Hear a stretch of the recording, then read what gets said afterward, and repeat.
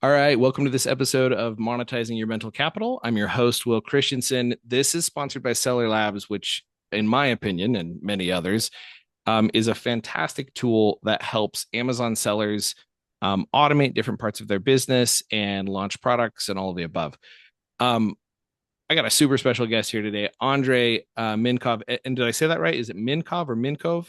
Minkoff couldn't have said it any better. Minkov. All right. I nailed it the first time. I should have You, just gone you with my nailed gut it. there. Should have gone with my gut. Um, Andre, my question is this: why would an Amazon seller be interested in hearing from you around the idea of scaling or growing or monetizing their mental capital? Oh, well, because if you're an Amazon seller who's trying to grow and scale and get better and get more recognized brand, you may want to be owning the brand that you're trying to promote. And the only way to do that is through trademarks. And I personally have been in the intellectual property space for almost 30 years, so I might have a thing or two to share. Almost 30 years in the intellectual property space. And I love what you just said. Like, if you're going to work so hard to build up a brand, you might want to own it. Um, Tell me, like, is that how often are people coming to you too late? Like they're coming to you and like they should have come to you months ago. Yeah, trademarks are funny because they're never urgent because by the time they become urgent, it's already too late. Mm. Uh, and it's I kind of have this is my favorite tongue-in-cheek answer to the question, hey, when should I trademark my brand? My answer is like, you can really do it anytime you want, as long as you do it at least one day before somebody else does. Of course, problem is you never know when somebody else does. And my one of my favorite examples is 11 Labs, this amazing AI for audio, right? So these guys just found themselves in a weird situation when they filed their trademark relatively early on to get ownership of 11 Labs brand, only to find out that someone else filed the exact same trademark a few days earlier. And now they're in a massive fight with this guy who filed the same trademark before.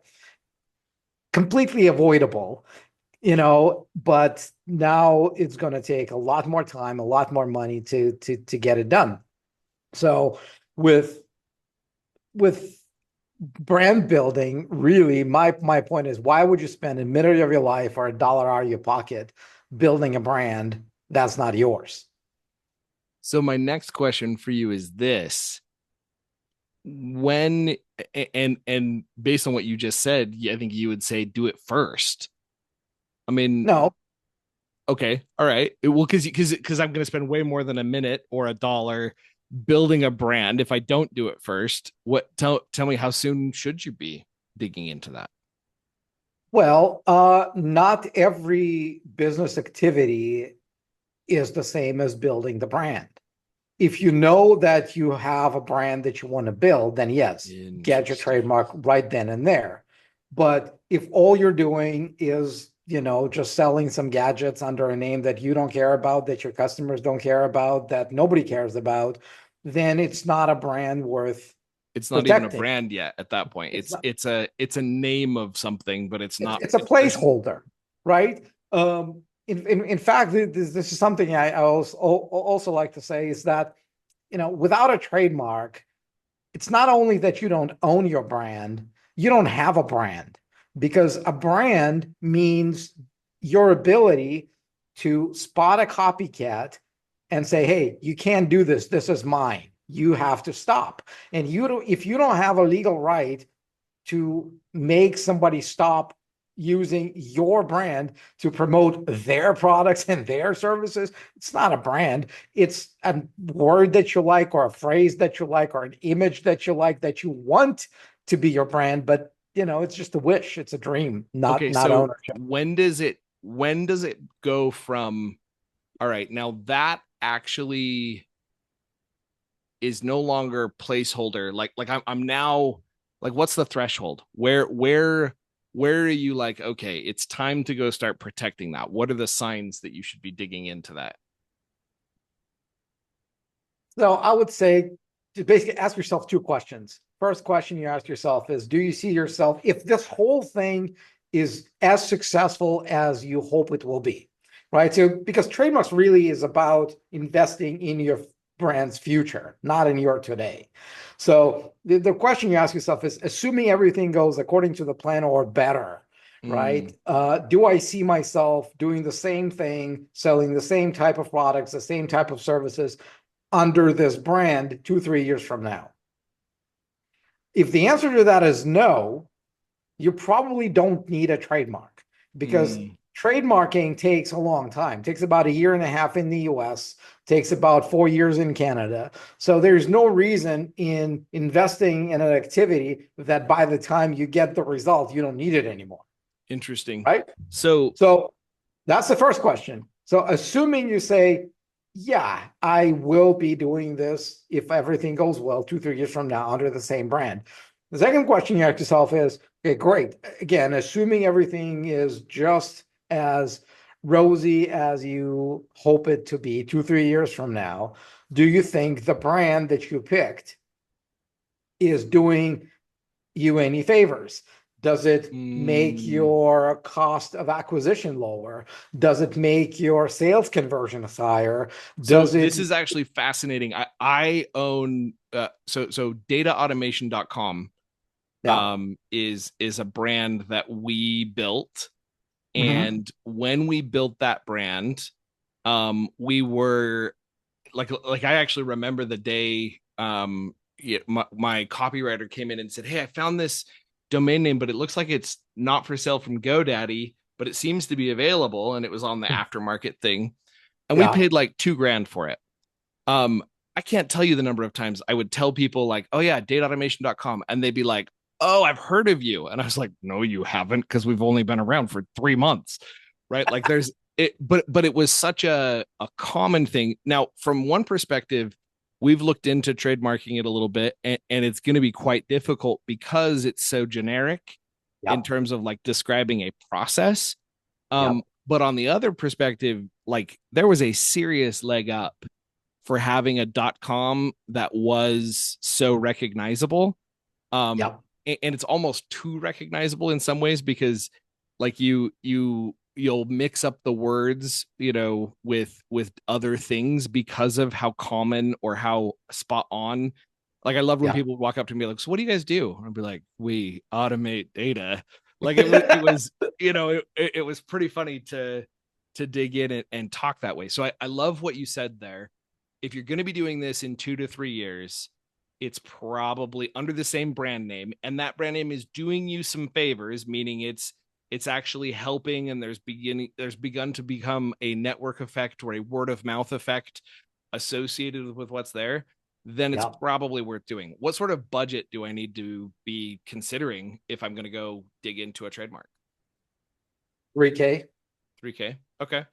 And is there, so you mentioned 11 labs, and I can only imagine how frustrating that must be. They're going to Uh, spend a lot more than 3K to get their trademark now. I can promise you that. oh yeah, I bet. So you mentioned that it takes a year and a half. So was that just that some other dude started the process a few days before them?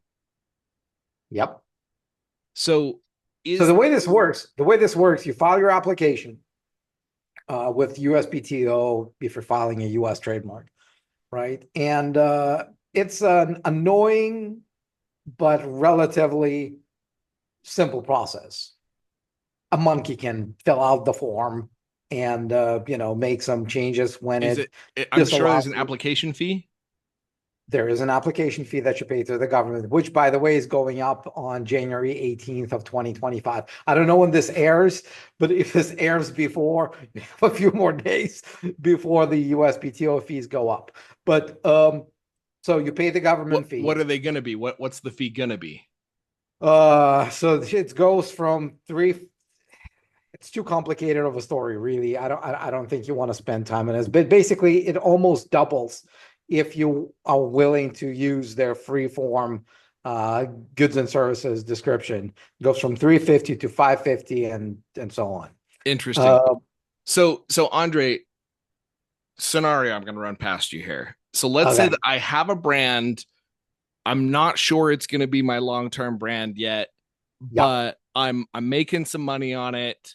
Yep. I don't want to get beat to the game Yep. because I that's my last resort there.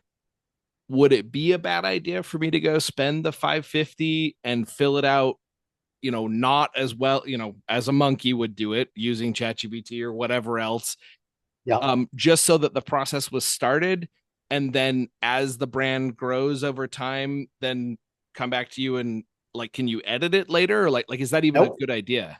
You can't edit it. That's the thing. And the problem is, and we all love immediate gratification, right? That's why I personally love, coding as a hobby, because you spend the night and then it works, right? You're like, Poof. yeah, I did it. With trademarks, it's completely different. You fill out the form, you send it Mm. out, and then you wait about 9 months before anyone tells you whether what you did is any good, and you cannot make a lot of changes to it. You can argue with the trademarks office that what they're telling you is wrong if they don't like a trademark application, but there's very little you can change.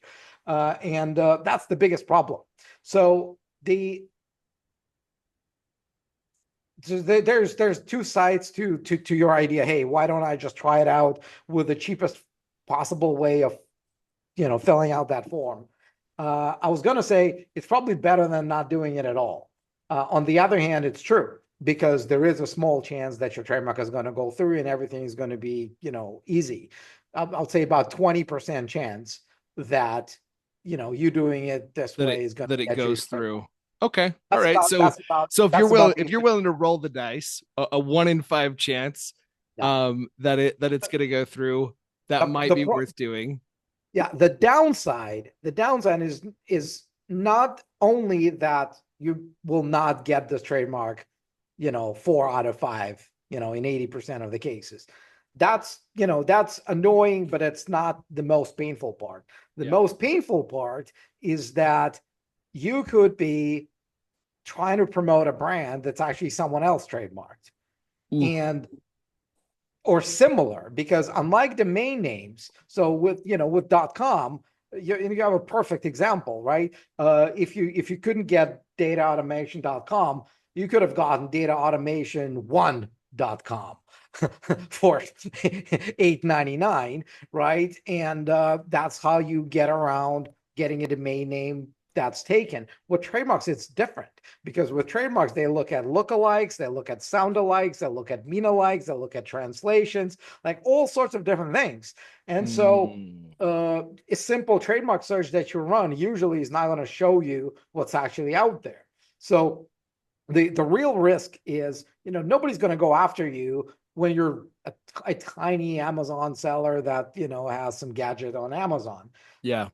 They will go after you when you start making real money So because that's how what the is legal that system. real money threshold? Like how much success do you when so I'm assuming based on what you just described that there are dudes out there who are looking for people who have um like they're starting to make good money and they're trying to go file the trademark against, like they're going to try to file the trademark that they had been using so that they can then sue them and try to take the brand kind of thing. I'm not saying that this is exactly what happened with 11 Labs because I don't know the guy's history, But that but could be. I would not be overly surprised if that's what happened. Well, considering 11 Labs is I don't know, you're right, like it could have been a mistake, but Perfect coincidence. I don't know. yes. So, but hear me out. Like, this is what most people who start businesses think is going to happen. For the first little while, we're going to grind. It's going to get hard. We're not going to be making any money. And then one day we'll figure something out, a magic bullet. We're going to catch that moment when from barely, flying under everyone's radar and barely breaking even, something happens and we start making a shit ton of money. And that's when I'll go spend my $3,000 on a trademark. And that's what I'm going to spend $3,000. And, if by that time someone has taken my brand, we're going to have enough money, like 11 Labs, to pay the lawyers to deal with that stuff, because we're going to have all this money to take care of it. That's what everyone thinks. The reality of it is very different. The reality of it is much less steep of a curve. Mm-hmm. And when problems hit the fan, So, I mean, would you that say like happens. $5,000 a month, $10,000 a I, month? Like, I don't know. So what usually happens is it hits you before you have the money to deal with it. And yep. when spending, like, and the average cost of trademark litigation in the US is about 150 grand. Okay, so Right? Andre, I'm gonna ask you a very pointed question here. Here's my pointed Okay. question. Uh, If you were a unscrupulous individual and you were hunting for vulnerable sellers to like go out and try to begin filing some trademarks to try to like steal brands away, that kind of thing, how yeah. big would they need to be before you felt like they were worth trying to chase? I would be more I wouldn't be looking specifically at their money numbers. I would be looking at what they're doing. And if I was to notice that they're seriously trying to lean on their brand and actually build their brand equity, those are the ones that I'd be going after. Got it. So, So if like, they seem to be really doing a good job at branding and they seem to be getting a nominal amount of traction, yeah, right? Like you use helium 10 or one of these others and it's predicting that there's a fair amount flowing through that listing, those are the guys you're going after. That's interesting that you have that two part look at it. So assuming they're leaning on their brand, how much volume would you want to see going through one before it was like, yeah, that's worth chasing?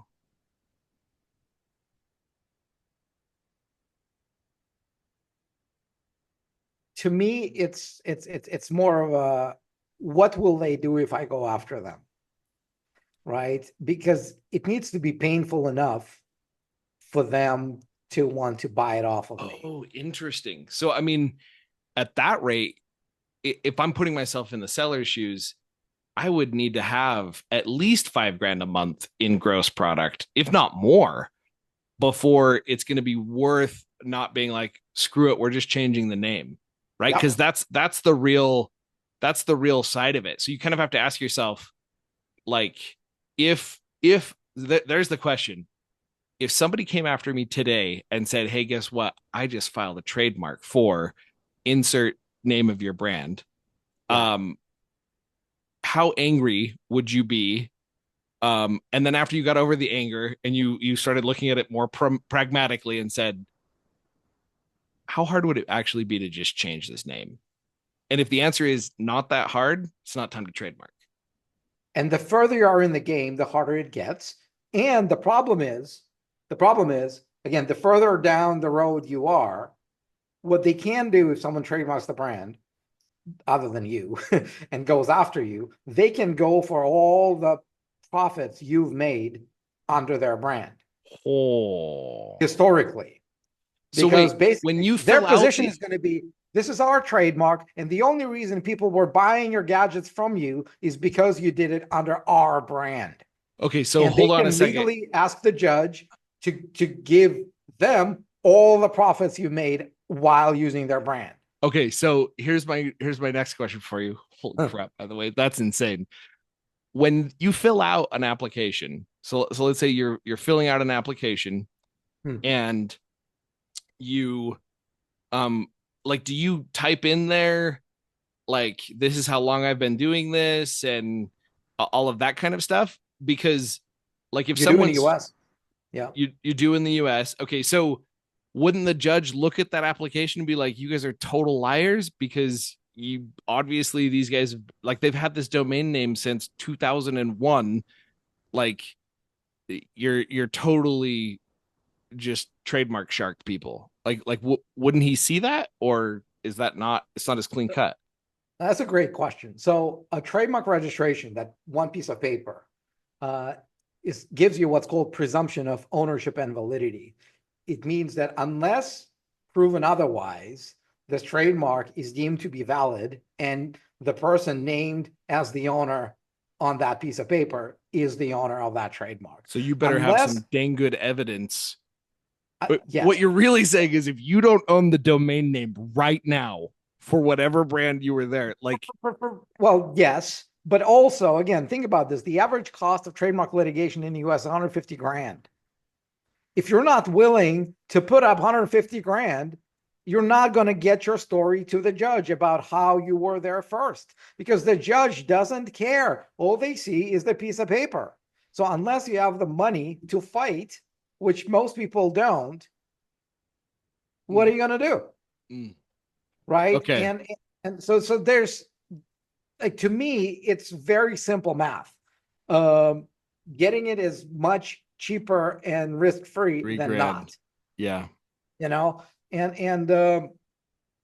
it's again, the only reason you wouldn't do it is when brand doesn't matter at all.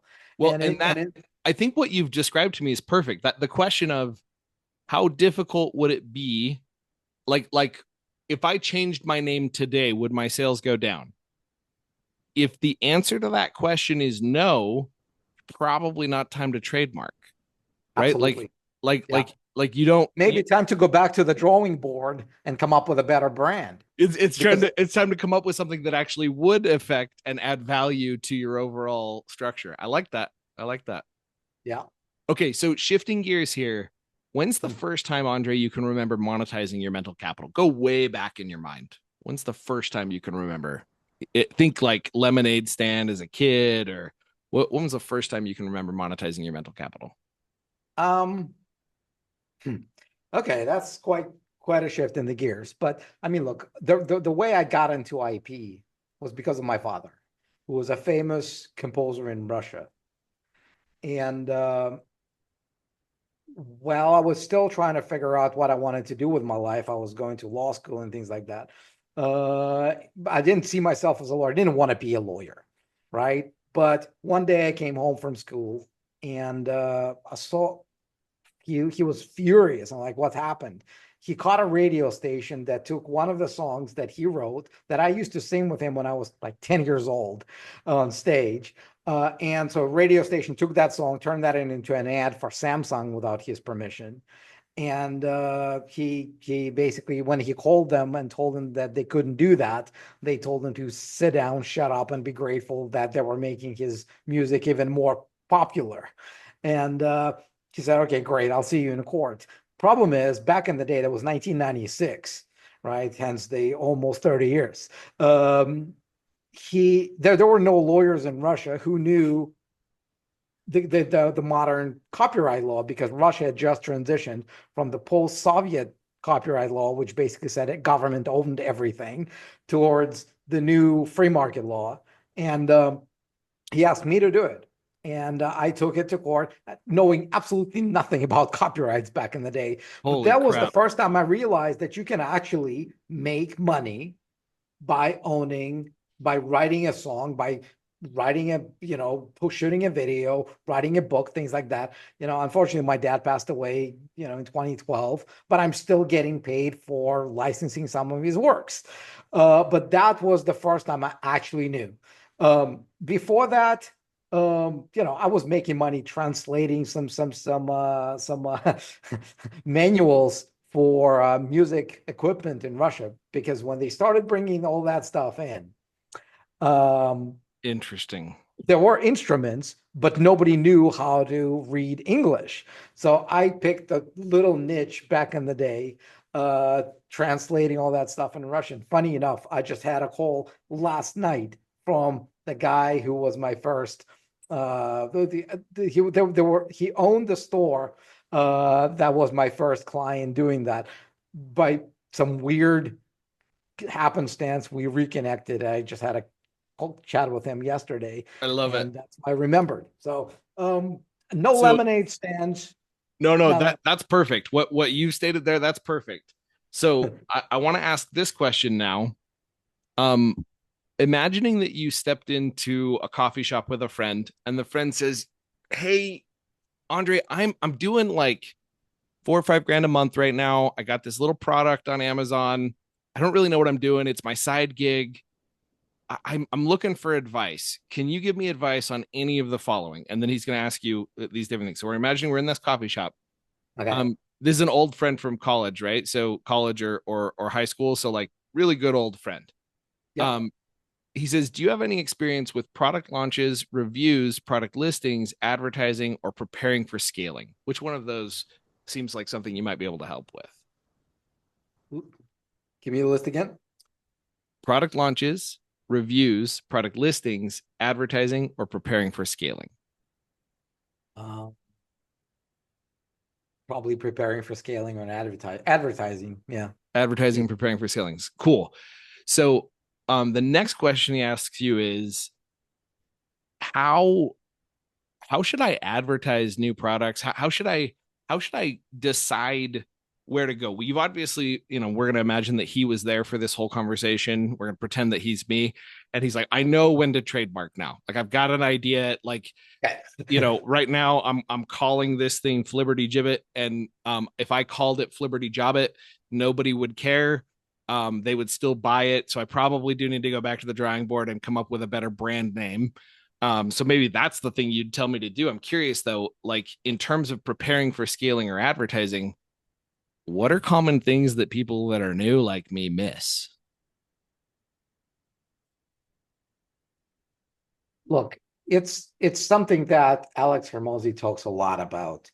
That brand and branding are more about the quality of the product, of the service, and what people talk who consume it say after they've consumed it. It's not about the name, it's not about the logo, it's not about the tagline.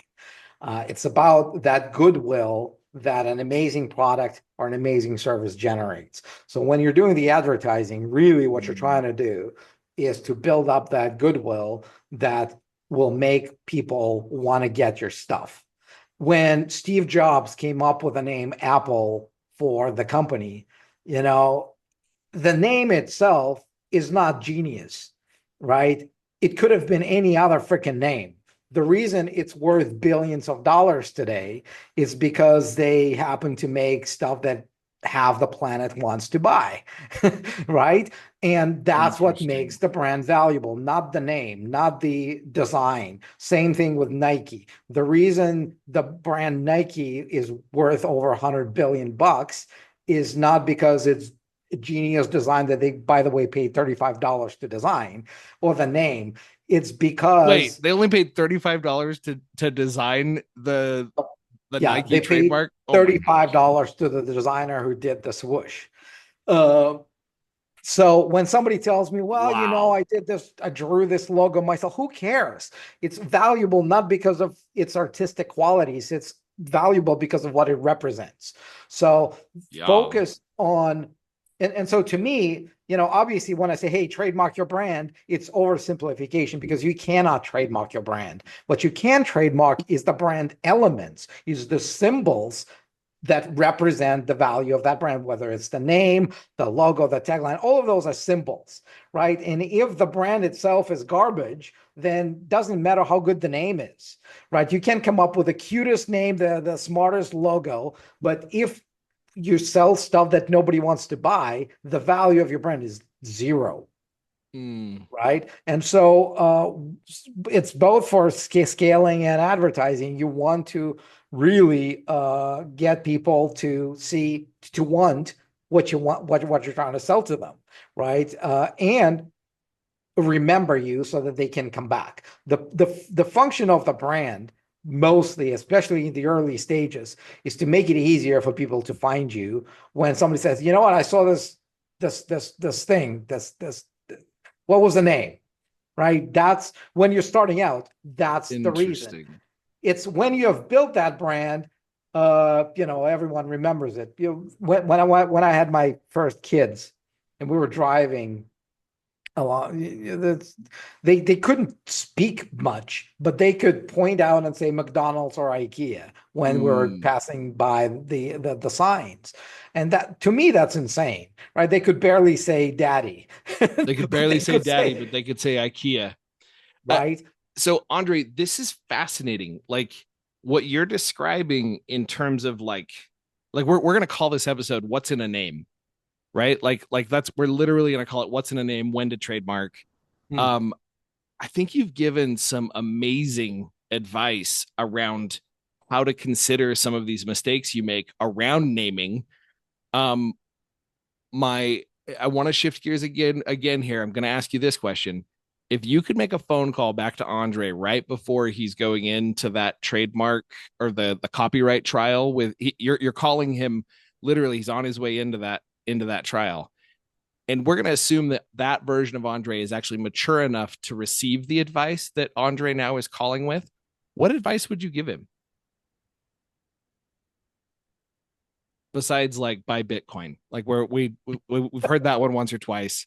Um, what other word of That advice? would kind of make everything else irrelevant, wouldn't it? It's the first time I heard it, I was like, oh dang, that's a good answer to that question. Um, yeah. Um,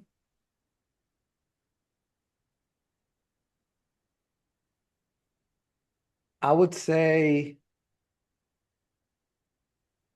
like, it's hard. I don't know. I think I think the answer would be, don't try to disrupt everything at once. You know, Ooh, because to me, for a lot of time and also for a long stint with Trademark Factory, it has always been about, hey, how can I do things the way nobody has done it before? Right. When I did that trial, I had my hair long, up to my elbows. I never owned a suit really until 9 years into my practice as a lawyer. And I found some sadistic pleasure, I guess, in being a lawyer who doesn't look like a lawyer, doesn't talk like a lawyer, doesn't think like a lawyer, but gets the results of that a a lawyer, lawyer does. So right? So don't disrupt everything all at once. Eat that elephant one bite at a time. yeah, yeah. Love it. Again, that was a good result. I mean, it took me two Hey, years to get that case. We won, but there's a lot of errors that I wish I didn't make on the path of building Trademark Factory for 11 years. gotcha. All right. So final two questions for you here. Hmm. Imagining you're back in that coffee shop. What Okay. three short tips, tricks, hacks, or books would you tell me as that young Amazon seller to dig into? Tips, tricks, hacks, or books? Yeah, that guy's persistent in that coffee shop. Damn. Oh yeah, he's trying to milk you for all you're worth in terms of all those ideas. Any tips, tricks, hacks, or books?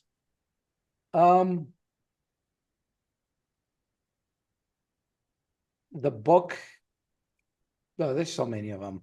I really like the book, um, Built to Sell, um, by John Warrilow. I think it's a book worth reading. Another one is The Hard Thing About Hard Things, another one of my favorites. Um, in terms of tips, I'd say I'd say really focus on trying to figure out what you're good at and what you're not, and don't try to improve stuff that you hate doing and that you're no good at. Because a lot of founders, myself included, spend years literally trying to get better at things that they're bad, and also that they don't like doing. Mm, And they get better, but they realize that even though they got better, they still hate doing it. So it's about building a team that complements some of your weaknesses. I'd say do that. love it. And well, third tip is I'd be stupid not to use this audit, not to use this platform to say, well, of course, trademark your brand if that's something that's worth that you think is Yeah. like If you ask if it's yourself the worth if question, it's worth promoting, it's worth protecting. Hey, That's what I would say. I love the question we came up with, right? Like, if I were to change that brand name today, would it hurt my brand? And if the answer is yes, then you probably should be considered. You've begun to have an asset there Yeah. to get into. And if the answer is no, why are you not using your brand in that way, right? Yeah. I love that. Andrei, thank you so much for joining today. What's the best way for individuals to get in touch? Trademarkfactory.com. Get on a call with one of our strategy advisors. They'll help you figure out what to start with, whether it's now is the time, which of the brand elements to start with. Another way to do it, we have a YouTube channel with over 1,000 videos. If you had a question about trademarks, I've probably answered it more than once. Nice. So I love it. So if you're wondering, go on ChatGPT, say pretend you're Andrei Minkov and look at his YouTube videos and answer this question for me about that, and it'll probably find the transcript there and spit back out. Here's what you should probably be doing about this. yeah, yeah, Love it. absolutely. Well, appreciate your time today, and that's it for our episode. Thanks.